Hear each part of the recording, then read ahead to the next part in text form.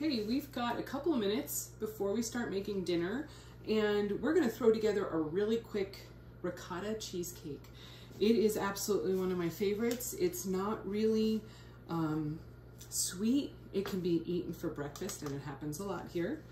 And we're gonna just start with some fresh homemade ricotta that we've made on the farm here with our own milk.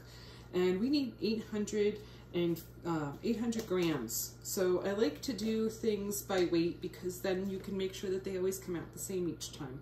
So I'm just weighing this. I've probably got about 800 grams in this container. Yeah, just about. Here we go. And you can see the homemade ricotta is a little bit thicker than store-bought ricotta. The protein count's higher and the fat is also significantly higher. So we're gonna get this on here. Hold on. There we go. And we're gonna pulse this. This is gonna be a little bit loud for a second, but we're gonna get this nice and smooth.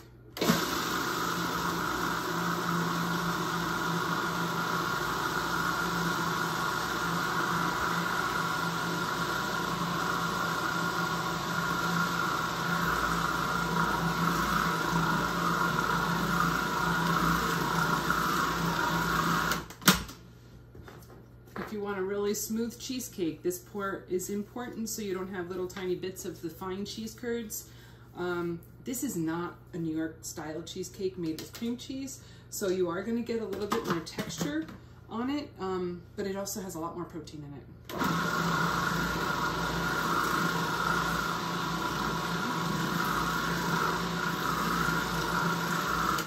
Okay, we're going to take a little break. I'm going to put these eggs in. I've got 4 eggs here.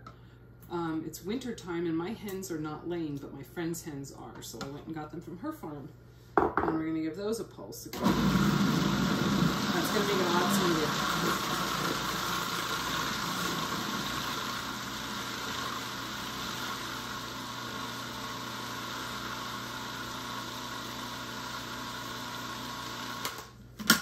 Okay, and you can see it's kind of getting nice custardy almost looking because it's got the eggs and the cheese in there.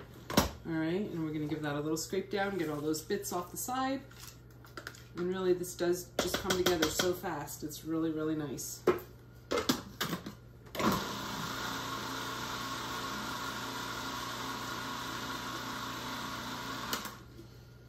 got some lemon extract. We're gonna put about a tablespoon in there because this is gonna make 2 small cheesecakes. Just give it a little pulse. Okay, and I have some lemon zest. Anytime you have a recipe that calls for some fresh lemon juice, zest your lemons first. So now I have this in the freezer and I have like this beautiful lemon zest that's all set and ready to go. Give it a nice pinch in there, okay? And I can just rush that back in the freezer and it's ready for my next one. So I never just, oven's ready. I never just put my lemons, you know, juice them and throw them in the compost. Everything gets used. I'm gonna get this a little blitzed right quick. Okay.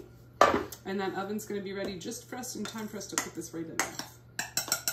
This is 150 grams of powdered sugar, but here you can change this up really easily by adding a 0-calorie sweetener. On the farm here, we use either monk fruit sugar, which is very low glycemic, or stevia, which you can do with a little bit of the lemon. If you're doing the lemon, that's fine.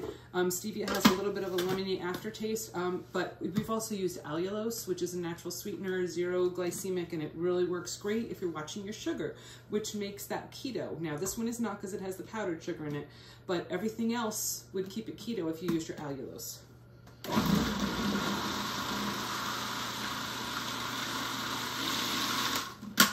And this recipe does not have a crust, but you could easily put any kind of crust you wanted to on this. For the lemon one, a sugar cookie crust is nice, or a nut crust. We've done a blueberry and pecan crust. That's nice, and all you'd have to do is throw some frozen blueberries right in, or fresh blueberries, not dried, into this, and just get them all smoothed out. Okay, and that's it. It's nice and smooth. I can see my lemon zest. I'm going to pour half of it into each one. I've just got this lined with a little bit of parchment paper. These freeze really, really well. So you can just drop these after they've cooled, put them in the refrigerator overnight, and then, well, if you don't eat it for breakfast in the morning, then you can just go ahead after they've chilled really well and they've been in the fridge, go ahead and wrap them in a double layer of saran wrap and stick them in the freezer. And you can just pull them out, let them come to thaw at room temperature, and they're ready for company or a quick breakfast. These have a lot of protein in them. We can get you that protein count and stuff like that on our Facebook page and our website. And if you really like what we're doing here, follow us on our YouTube channel, and you can see lots of recipes like this that are made homemade from scratch, simple ingredients, quick. We're talking about like quick homemade items that you can have on hand, also for quick company or dessert, whatever. But you want to be able to make it from scratch and not have to run to the store and pick up. This is really nice to have in the freezer. Okay, and that's it. We're gonna tap these down just a little bit so we don't have big air pockets. Okay, and then I'm gonna put these in. And I popped in these a little bit earlier, so I've got ones that are all baked. And you can see we've got a little bit of a crack, but that's just fine. By the time we eat that, it's not gonna matter at all. Okay, so there's the two we've already got in. I'm gonna pop these in. And set our timer for about 45 minutes. They might take up to an hour, depends. If you throw those frozen blueberries in, it's gonna take an hour. I did that the other day. You're adding moisture and you're adding cold to your ingredients already. When you read a recipe and it says that everything needs to be at room temperature, this came out of the refrigerator cold, so that's going to affect my baking time, and I'm just going to have to be mindful of that and put it on. If you start everything at room temperature, it really does more accurately to the recipe that's been given to you on the time frame. So I hope that helps you out, and watch for our recipe and enjoy this quick, easy ricotta cake.